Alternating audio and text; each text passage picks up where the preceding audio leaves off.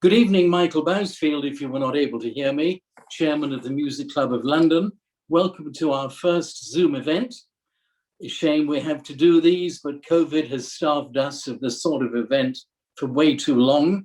We're delighted this evening to welcome David Edwards, who's done an immense amount of work for the Music Club over many years, arranged events in London, in Eastbourne, Prestine, Aldeburgh. He is a director of opera internationally, worked extensively in America and the Far East, and this evening, very pleased to welcome him giving a talk on Verdi and Shakespeare. Welcome to you and thank you, David Edwards.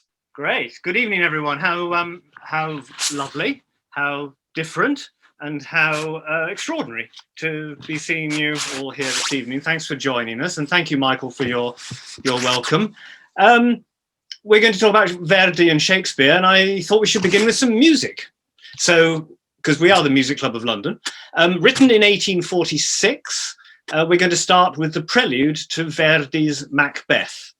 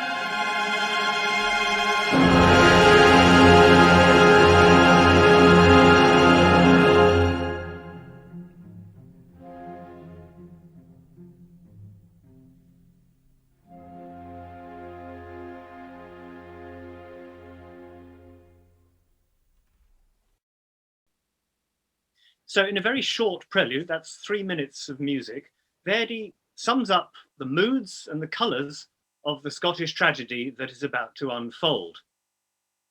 Now, Shakespeare has inspired more musical works than any other single author in the history of literature, and probably more than all the writers of the classical world put together. Music, of course, was part of Shakespeare's plays when he staged them himself in the late 16th century. But his work also inspired music from his close contemporaries, people such as Matthew Locke, John Eccles, and Henry Purcell in the 17th century, Thomas Arne and Salieri in the 18th. And of course, in the 19th century, there was a proliferation of composers setting Shakespeare's stories. Bellini, Berlioz, Mendelssohn, Gounod, amongst others. And then in the 20th century, Vaughan Williams, Holst, Britten, Prokofiev, right up to Thomas Adès, who in 2004 set a version of The Tempest. And of course, that's not to forget brilliant pieces like West Side Story and Kiss Me Kate, for example, from Cole Porter and Leonard Bernstein. So these are just a few examples of the works that Shakespeare has inspired. But what is it about him that has created such a fount of inspiration for composers? It's a huge topic, this. It's a PhD thesis, I would suggest. But I'd like to look at one composer in particular for whom Shakespeare was a very powerful and special influence. And England's greatest dramatist and poet, and Italy's greatest composer of the 19th century, are brought together in Shakespeare and Giuseppe Verdi. Now, what was it in Shakespeare that particularly appealed to Verdi? Verdi said he preferred Shakespeare to all other dramatists, including the Greeks. He called him Papa Shakespeare, Father Shakespeare, and he described him as the great searcher of the human heart. Verdi considered setting several of his plays over the course of his long composing career, but he didn't speak English, and he read Shakespeare in a rather rudimentary prose translation from the early 19th century by a man called Carlo Rusconi. Verdi kept Rusconi's translation by his bedside. Here's a copy here's a picture rather of the opening page of the complete theatre, complete works of Shakespeare, translated into Italian prose. As you can see, this is volume 6. Verdi kept this book, this translation, by his bedside throughout his life, and he knew the plays in great detail. So what was it that absorbed him in these dramas? I think I would like to suggest three things. Verdi was excited by the dramatic plots. He was intrigued by the psychological complexity of Shakespeare's characters and their situations. And I think he was fascinated as well by the darkness in the text. There was something about Shakespeare that temperamentally affected Verdi and touched something inside him which made him want to set these great plays to music. Now, he only got to compose 3 of them for the stage, although he did come close to doing a 4th. So we're going to take a look at these operas this evening. Macbeth was the first, and it was Verdi's 10th opera. He wrote it when he was 33 years old in 1846. Now you can see here's a list of the operas that Verdi composed up to this point, starting with Oberto in 1839, running through Nabucco, Ernani, Attila, and then Macbeth in 1847. So you can see that Verdi was writing an opera virtually every year in this period. And in fact, this was a working pattern that he repeated for a large part of his career. He was incredibly busy, artistically very productive. And of course, in this time, he's not just writing the operas, he's doing the orchestration, he's negotiating with impresarios, he's casting singers, he's the musical director for the first performances, he's looking for new libretti, and he's traveling around Italy to see these operas performed. And of course, he's also trying to control the copyright in his music, because at this time, there were no copyright laws at all in Europe. Now, Shakespeare was much the same. He was an author who was highly productive, constantly working, writing, rehearsing, performing. And you can see here, this hasn't come out on my screen terribly well, but you can see here that in the course of 25 years, Shakespeare wrote 38 plays, an astonishing output. And when you consider that almost all of them are of the highest quality. Now, how did he manage to do this? Well, Shakespeare's plays are tailored to the actors who are available in his company. He wrote them for the people on the payroll, and especially for the boys who played the women's parts.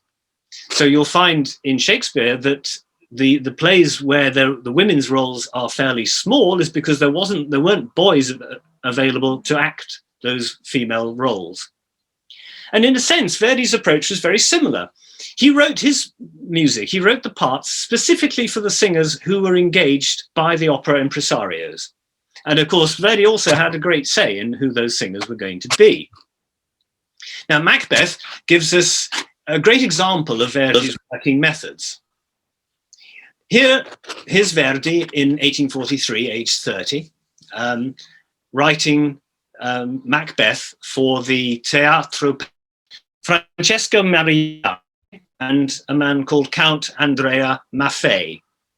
Now, Piave became one of Verdi's most regular collaborators. They did Rigoletto, they did Traviata together, amongst others. And Maffei, Count Maffei, was a close friend, and he was someone that Verdi brought in on the libretto of Macbeth to make changes. Now, these guys, they didn't speak English either. Piave read his Shakespeare in Italian translation. Maffei knew Macbeth only in a German translation by Schiller. And so they relied on Verdi to sketch out a detailed plan of the action of how he wanted the opera to be structured. And he's doing this from a rough translation himself. But with being Verdi, he's got a very clear idea in his head of how he wants it to go. And he insisted to Piave on the following things. He said, you must bear in mind, always bear in mind to use few words, few, but significant words.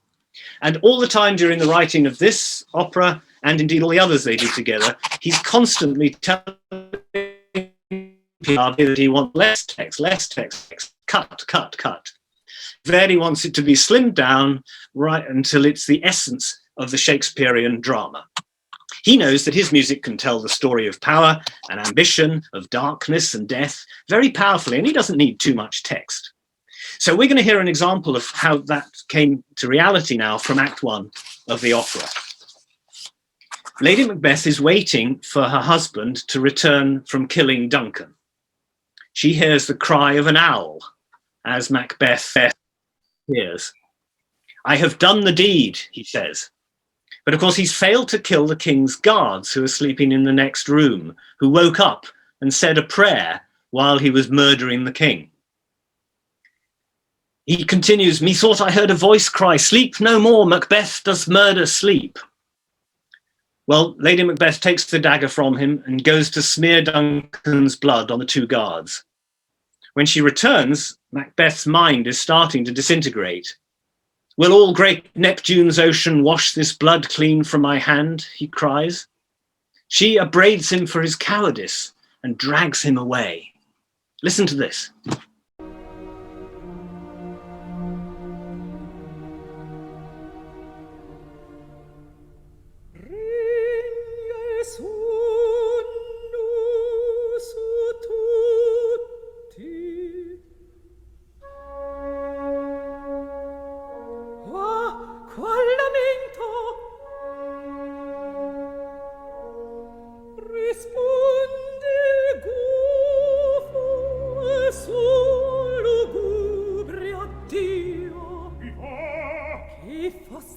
Perché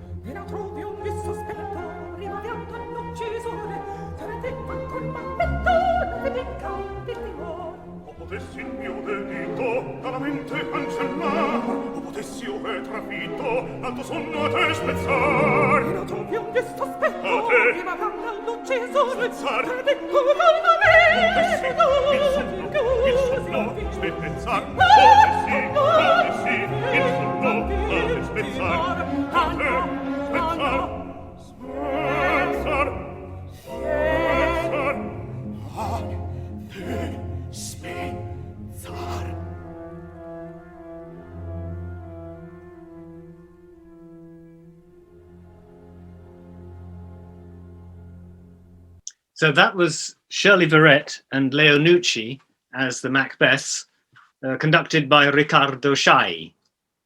And Verdi allegedly, according to the soprano of the time, rehearsed that duet 150 times before the first performance. And they were there at the dress rehearsal, and they were all ready to go. And Verdi said, "No, we're not starting yet. Come out. I want to run the duet again." And he drove them mad. Here they are. These are the two singers who sang in the premiere. A soprano called Mariana Barbiere Nini and a baritone, a famous baritone of the day called Felice Varese. Now, Verdi wasn't interested in good-looking opera singers. He wanted people who could play the characters. When they were casting Macbeth in Florence, he wrote to the management, to the impresario, and he said, "I would like lady not to sing. I would like the lady to have a harsh, stifled, and hollow voice. I would like her voice to have a diabolical quality." And talking about the leading man, he said, "Varese is the only artist in Italy today who's able to do the part I have in mind because of his style of singing and his feeling, and also because of his appearance." And Varese allegedly was not a terribly good looking and very short fella who went on to create the world premiere of Rigoletto.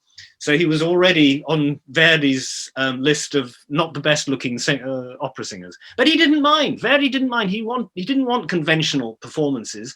He wanted drama, and he wanted it through singers who could act with their voices.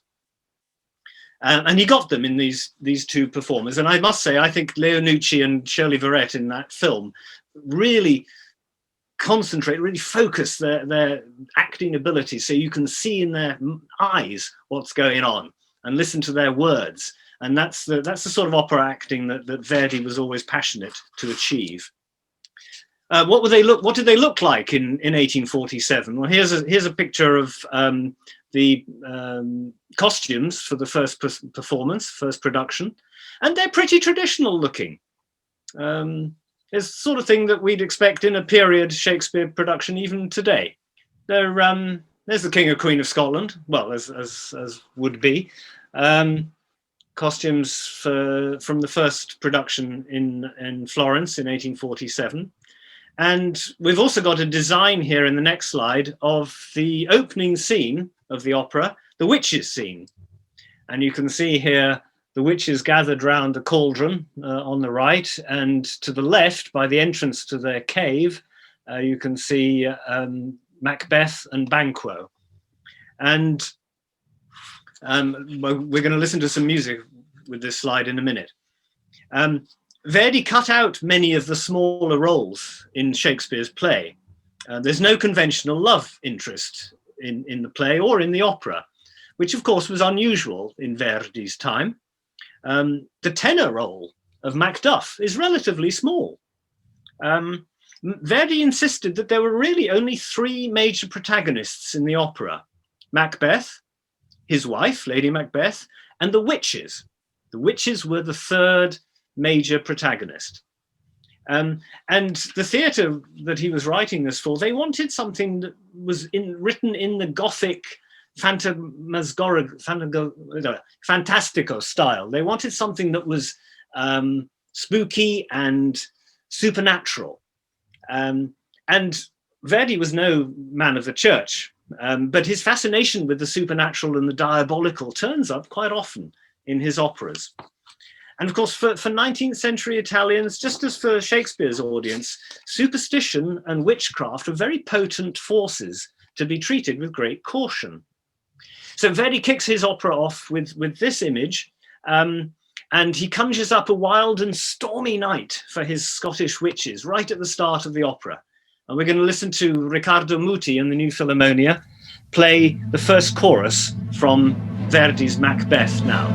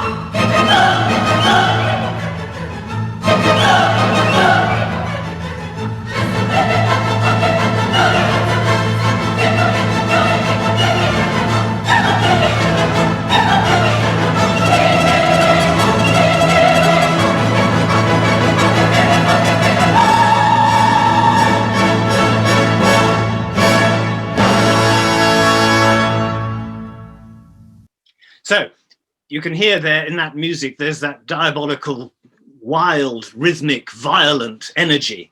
And they're coarse, gossipy creatures, Verdi's witches, but they're also allowed a rather childlike, scampering good tune as well. And I want you to remember the angular quality of that music, because it's something we're going to come back to in a minute. So how Shakespearean then is Verdi's Macbeth? The composer has given Shakespeare's text music to amplify its darkness, to probe the power quest of these two twisted and ambitious people. He's kept lines from the original play too. Is this a dagger which I see before me? Is there in Macbeth's recitative. Life is but a walking shadow, a tale told by an idiot, full of sound and fury, signifying nothing. It's there in Shakespeare, and it's paraphrased in Verdi's Italian version also. He's taken as many lines as he could from the original via a translation and put them into the opera. But of course, it is still an Italian opera. And for his final monologue, Verdi writes a beautiful aria for Macbeth. It's an aria which expresses his negativity, his despair, his hopelessness at the end of his life. And in a very strange way, it earns our sympathy for this misguided and complex character. So I'd like to play you a recording made by a brilliant exponent of this role who sang it many times at the Metropolitan Opera. He was Leonard Warren. And here he is in 1959, conducted by Eric Leinsdorf, singing Macbeth's final aria, Pietà, Rispetto, Amore, from the last act of the opera.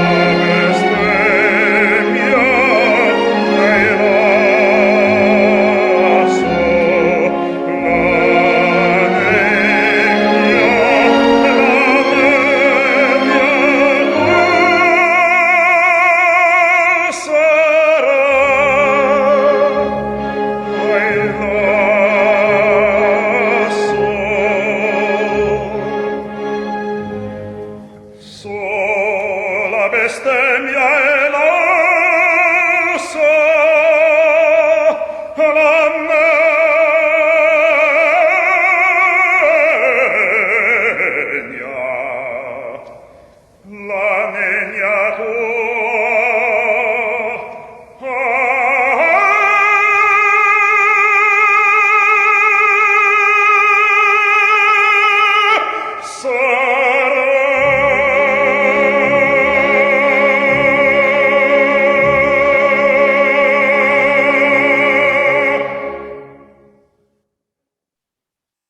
I was the magnificent Leonard Warren in Macbeth's final aria from Verdi's opera.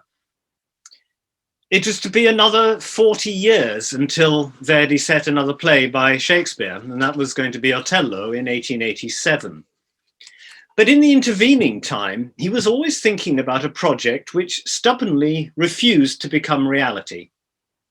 He'd always wanted to set King Lear, and Verdi sketched out a plan for the opera using only 5 principal characters: Lear, Cordelia, Edmund, Edgar, and the Fool. And he worked with 2 authors, 2 writers, over a number of years to create a libretto for Lear, and that still exists. But somehow reducing Shakespeare's play to the bare essentials of an opera plot proved incredibly difficult. Later in life, Verdi was to tell the composer Pietro Mascagni that the scene in which King Lear finds himself on the heath scared me. Now, there's no doubt he could have written the music for it, but he didn't. There's no music that was ever written for King Lear.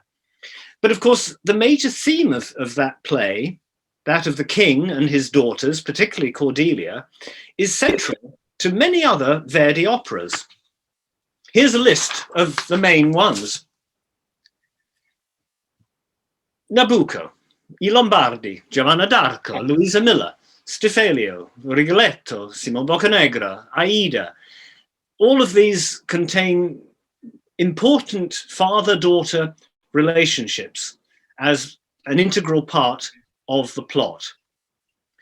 As I'm sure you know, in Rigoletto, the relationship between Gilda and her father, the hunchback jester, is absolutely essential to the action.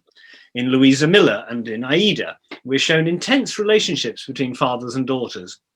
But for me, none of these is more emotional or as potent as in Simon Boccanegra. Boccanegra has a quest in the opera for his long-lost daughter, Maria. And in my opinion, Boccanegra is an opera on a truly Shakespearean scale. It's the story of a lost child, of a long family feud, of eventual reunion and reconciliation after 25 years. And it ends with the slow death of the main character.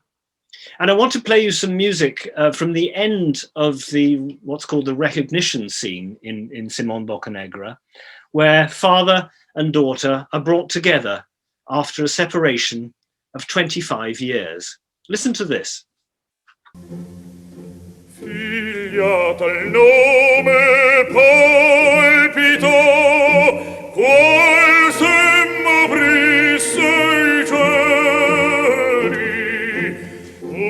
mandadine fabili, Letizia meri veri, un paradiso il tenero, padre ti schiuderò,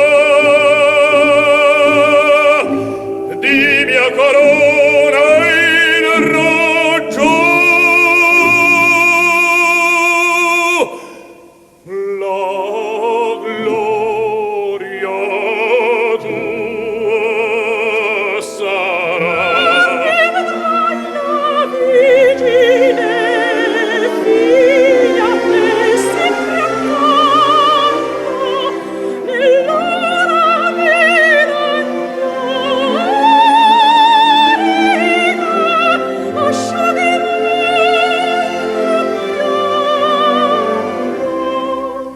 Un paradiso il tenero, padre ti schiuderà, di mia corona in raggio, la gloria tua sarà.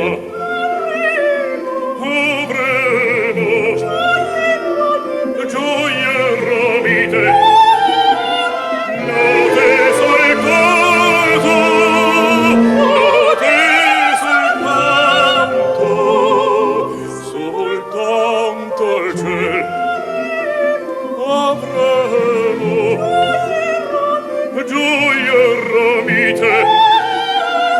note soltanto.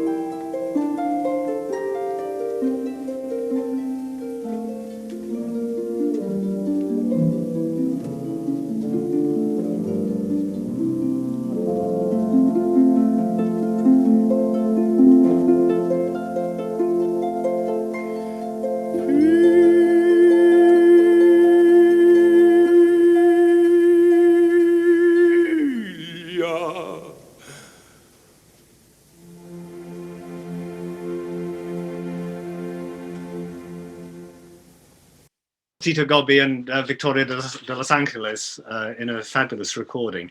And for me, that music might well have belonged to Lear and Cordelia, had Verdi ever written that opera. Boccanegra was premiered in 1857, and it's during that period that he's constantly trying to get this libretto to work and to find a theatre that will stage it and to get the singers and get the music right. But there was something that just didn't click with Simon Boccanegra, and but it remains with King Lear. But Boccanegra for me remains one of the most Shakespearean, but not written by Shakespeare, operas that that Verdi ever did.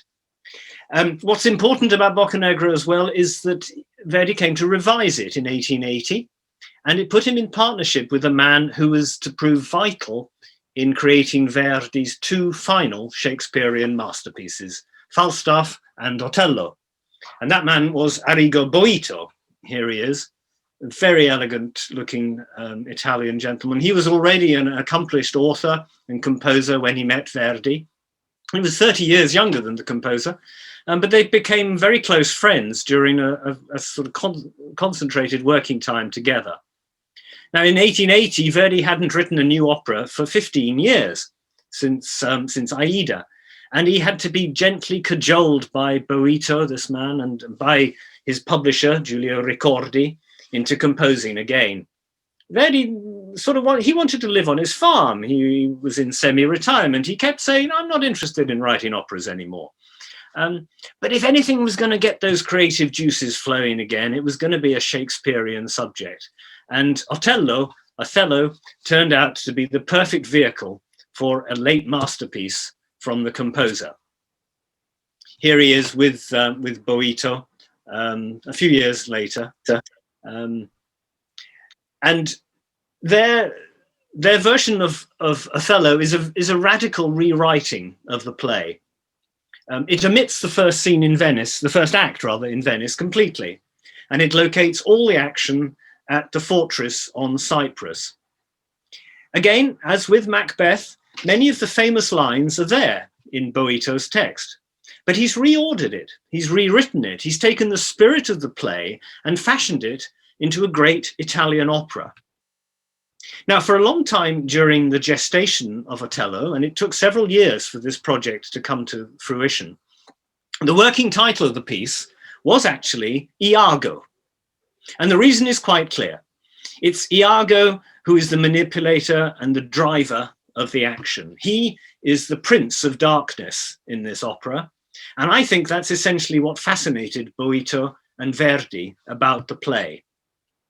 Now, Iago expresses his nihilism and his venom for the whole of humanity in a very famous speech in the second act. It's known as his credo, I believe. And Boito put all of Iago's soliloquies in the play into this one single solo number. And Verdi was delighted He wrote to him to say, "This credo is the most beautiful, most powerful, and Shakespearean in every way." So we've got Boito, an Italian, who read Shakespeare actually in a French translation by Victor Hugo, writing an Italian libretto, and Verdi describes it as Shakespearean. So it's come full circle. And we're going to listen now to another great baritone, Piero Capuccilli, singing Iago's Credo from Act 2 of Otello. And listen to the violent, the scary way that Verdi writes the music for this evil monster. It's reminiscent of the witch's music in Macbeth. It's positively diabolical.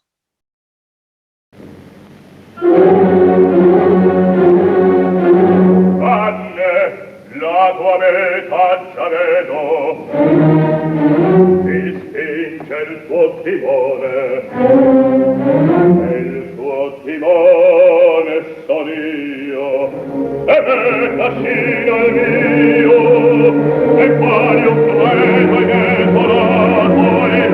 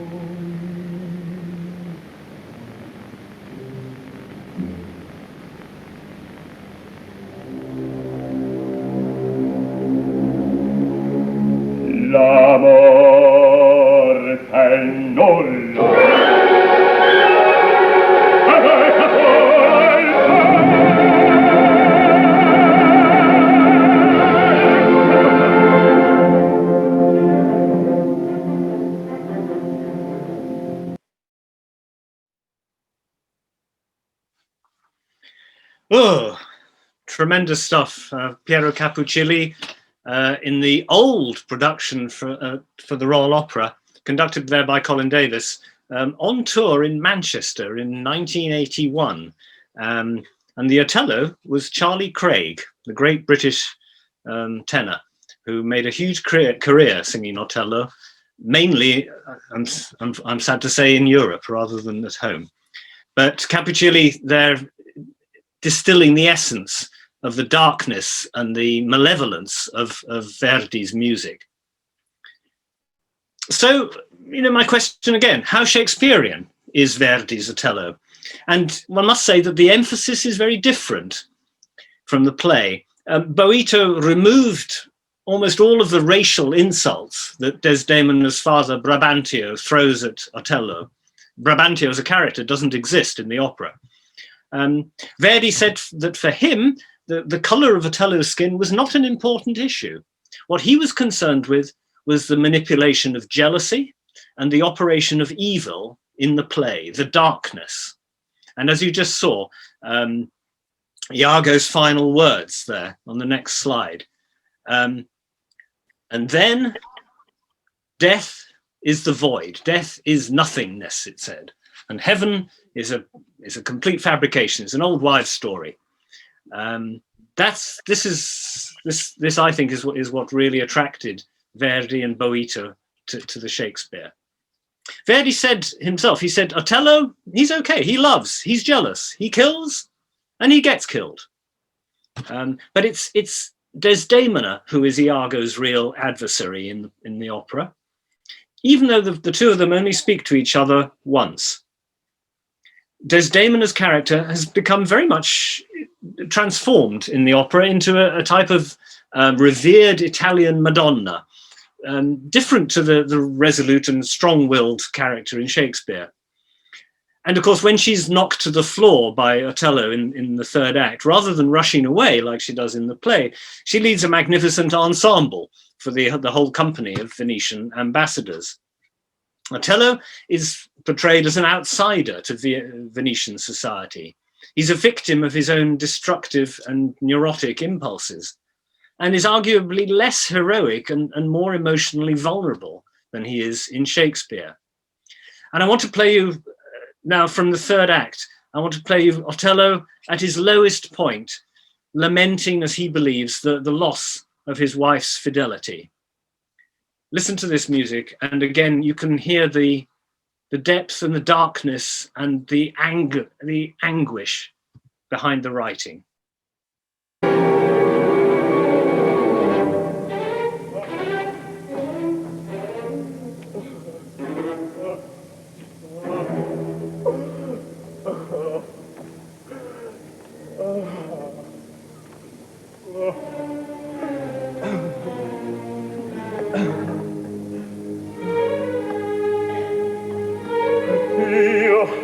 Mi potevi scagliare tutti i mali della miseria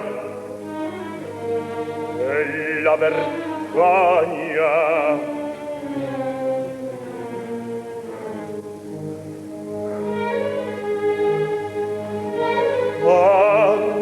Dei miei balli i trofei trionfali, una materia, una menzogna.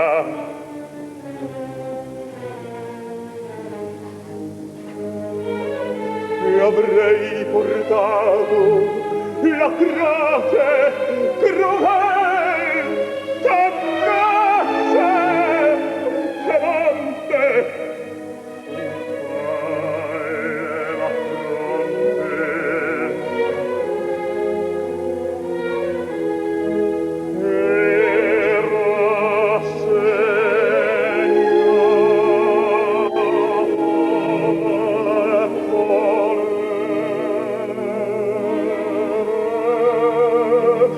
Yeah.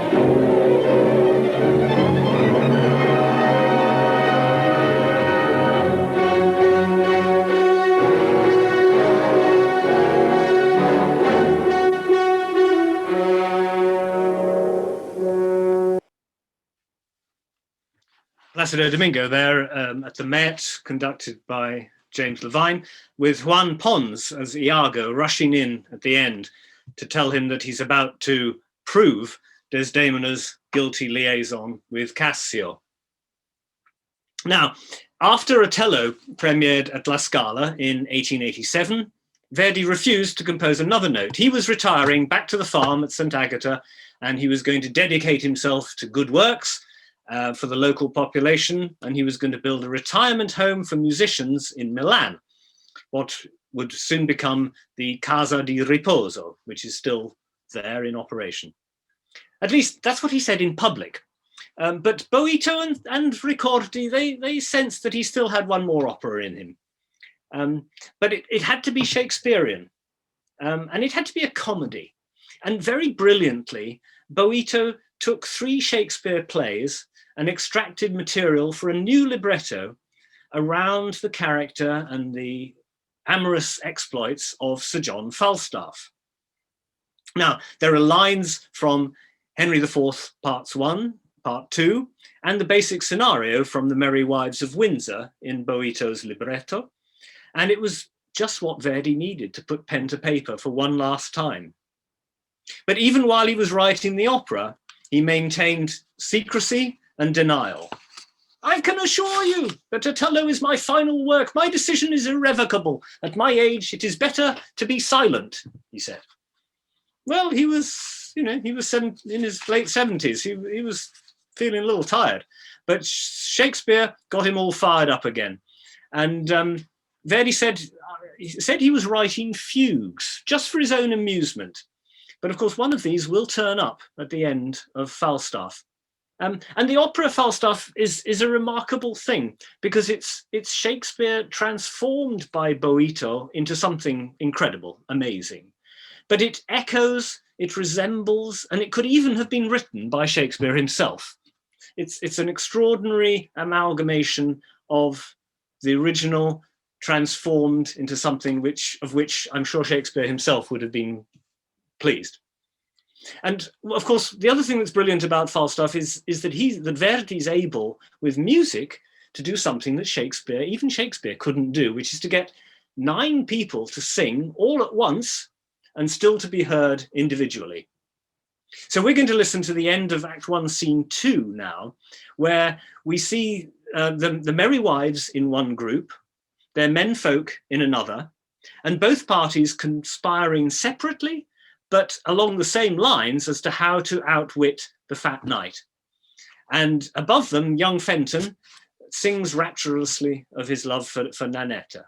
So I'd like you to watch this fabulous excerpt from Peter Stein's celebrated production for Welsh National Opera in 1988, conducted by Richard Armstrong.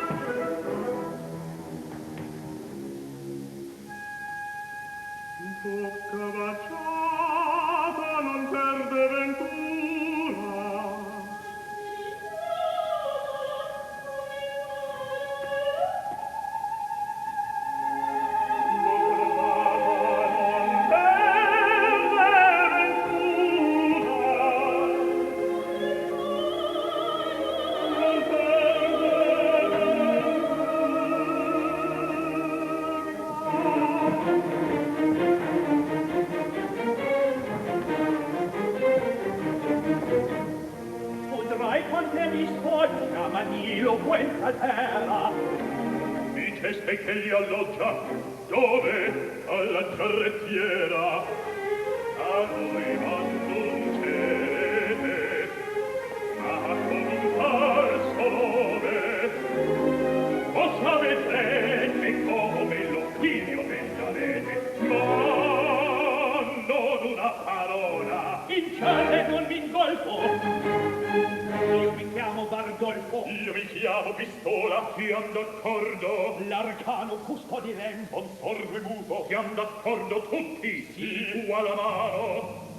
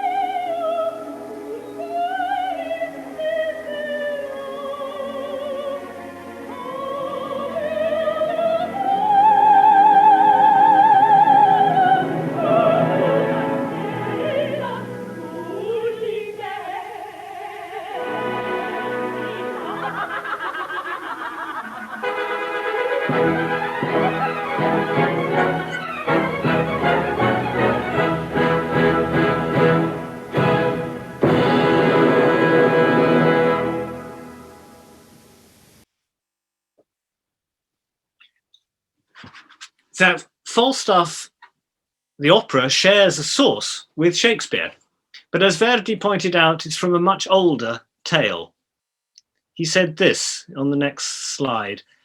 Do you know what Falstaff is? It's nothing other than an old Italian comedy written long before Shakespeare.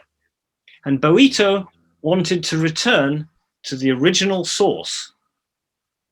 So they share a common origin in a very old tale, Il Pecorone, written in the Middle Ages in Italy.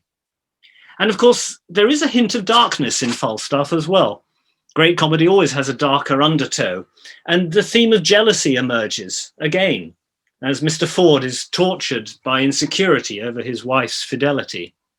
His fears, of course, are quite unfounded, because Falstaff is no great seducer of married women.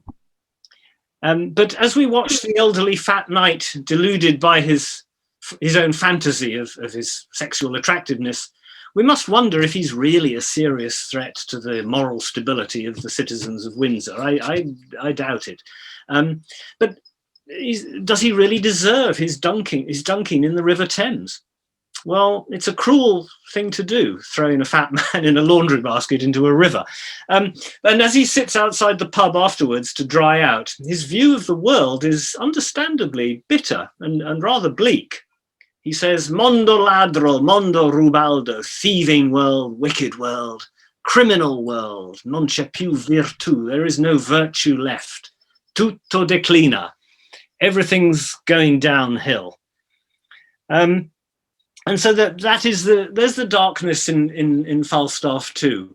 Of course, Falstaff as a character, he recovers very, very quickly from this with a nice glass of mulled wine, and he's seduced into further trickery. But I'm running out of time, So Andy, I think we should skip the next music item if you don't mind, and we'll go to music 10 in just a minute. I want to finish with the end of Falstaff. It ends in a very Shakespearean way, with forgiveness, reconciliation, a marriage, and it concludes Verdi's lifetime of composing for the stage. He finished with a message that we'd all do well to remember. The next slide tells us this. Tutto nel mondo è burla. Everything in the world is a joke. Man was born a joker, but he who laughs last has the best laugh. And these are two Shakespearean echoes in the final lines of the opera. It tells us of the world's all the men from Lord, what fools these mortals be. And somehow Verdi sums up his entire writing career, his opera career, with this supreme homage to the spirit of Shakespeare, which he's realized both in music and in language. And here is the theme of the fugue that he writes to conclude the opera in Verdi's own handwriting. There you can see, he scribbled this on somebody's score after the premiere. You can see tutto nel mondo è burla, as written in music. And I'd like to play you that fugue now, the final moments of Falstaff, the opera, conducted by Sir George Solti. So enjoy this, celebrate the fact that we all take ourselves far too seriously, and give great thanks, please, to Andy Bousfield, who has managed the technical side of this phenomenally. So let's celebrate him and Verdi and Shakespeare with the end of Falstaff, the opera. Facciamo il parentado e che ciel vi dia gioia. Un coro e terminiam la scena e con sel festa tutti andiamo a cena.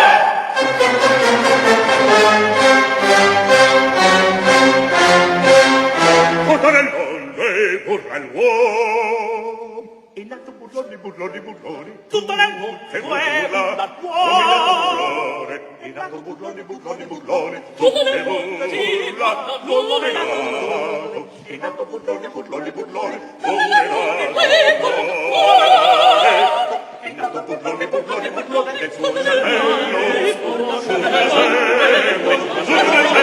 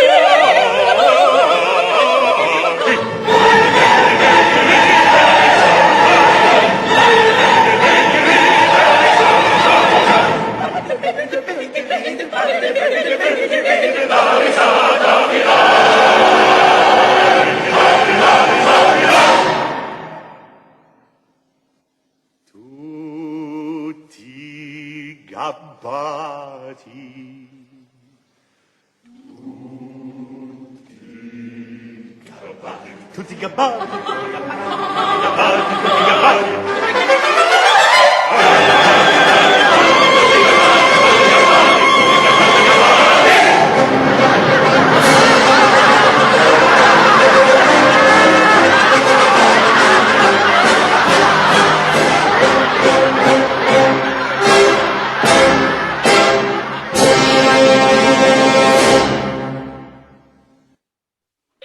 David, that's quite fantastic. Thank you so much. Please, no one go away. David is very happy to take any questions. They can be sent in two ways, either type on the screen, those of you who know how to do that, or please unmute and ask your question. But whilst thinking of that, please, a reminder, we have two more Zoom events. Firstly, on the 28th of June, Monday fortnight, another very good friend of the Music Club, Malcolm Rivers, the founder of Master Singers, will be speaking quite uniquely on his work for many years, working with many consider the greatest composer this country has ever produced, Benjamin Britten, working with him, singing many of his early works, understanding how he worked. It should be a fascinating insight. And a month after that, on the 22nd of July, Robert Mansell, committee member, Music Club, will be speaking on the topic, No Wedding for France Liszt, unique background to the superstar of his era. So any questions, please either unmute and speak or type in your question.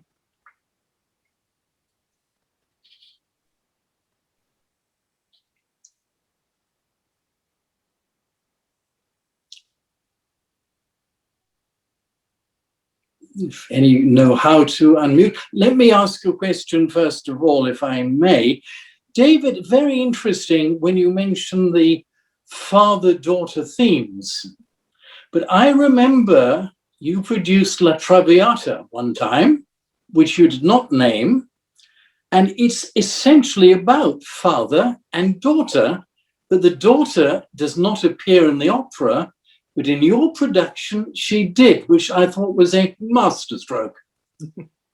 Thank you, Michael. Yes, in a sense, the tragedy of La Traviata hinges around the fate of Germaine's daughter, and she doesn't traditionally appear.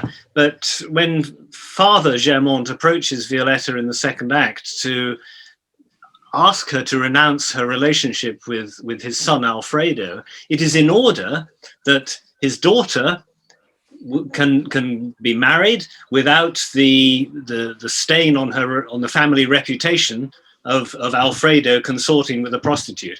And yes, indeed, I thank you for your generous comment. I did indeed bring in a young lady who sat quietly in the corner while her father persuaded Violetta that she needed to renounce Alfredo in order to protect this young woman from the potential slander and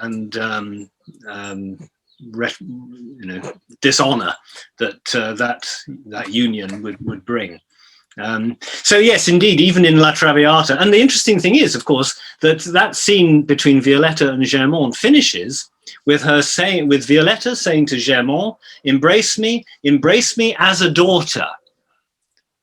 And it's as if Violetta is looking for a father figure to comfort her and to give her some sort of strength.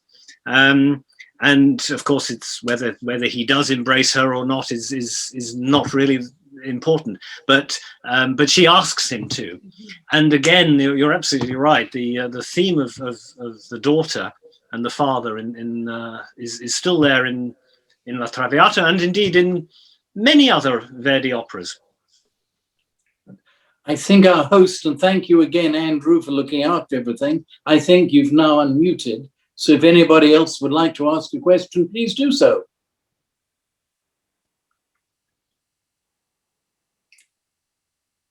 Have any written questions come in, Andrew?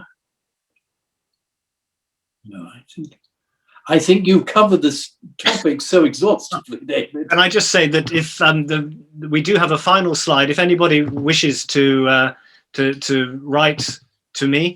Maybe Andy, you could put up the last slide, please. You can contact me at the Master Singer's email address, and I'd be very happy to answer any questions or to fill you in on any other information about this evening's talk. So thank you all for address, participation. mastersingers@gmail.com. Yes. Can you hear me? Yes, hello, carry can on. You hear me? My name is Maria. I just wanted to say that talking about Simon Boccanegra, many years ago, probably about 1982 or something, I went to Covent Garden and I saw Simon Boccanegra. It's not an opera that's very often performed, but it was beautiful and I loved it. And the baritone who was singing Simon Boccanegra was a great British baritone, Robert Lloyd. And he was just amazing. I just wanted to say that. Well, thank you, Maria. Yes, I was there at that time, and I worked on that production. And in fact, Bob sang Fiesco. He sang the old patriarch. He did, yes. And I think the Boccanegra was a man called Alexandro Agake. Very fine. And if I remember rightly, I think Simon was sung by Sharon Milnes, wasn't it? I'm not sure, but I remember Kiri Takano was Amelia, certainly. And George Schulte conducted. It was a quite extraordinary event. Yeah. Well, thank you for that. It's a fabulous piece. It should be better known. Lovely. Absolutely should be better known.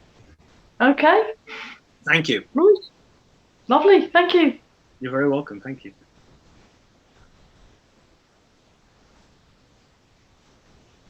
Any further questions? Robert Mansell Robert's asking if we can do it all over again because he missed the beginning. But, that I can't. Well, I wouldn't presume to do that because we're all probably waiting for our dinner. But Robert, I believe there might even be a recording, but it is. So Michael Bousfield, there you go. Andy says it is recorded, so ask Michael Bousfield for permission or a link to view the whole thing. Michael, that's the ball's in your court. So we'll work out on that one. Thank you so much. Hooray, says Robert. Thank you, Robert. Okay. Well, if no further questions, a huge thank you again to David, who we'll let now free to go and have his dinner. And David, you've done this so well, I'm afraid we're going to have to ask you again sometime. Oh, pleasure, Michael. It's a pleasure. Thank you. Thank you so much. Thank you, Andrew, also. Let's hope we can do this. Let's hope we can do this in person before too long again. Absolutely. Thank you so much. Bye-bye. Okay. Bye.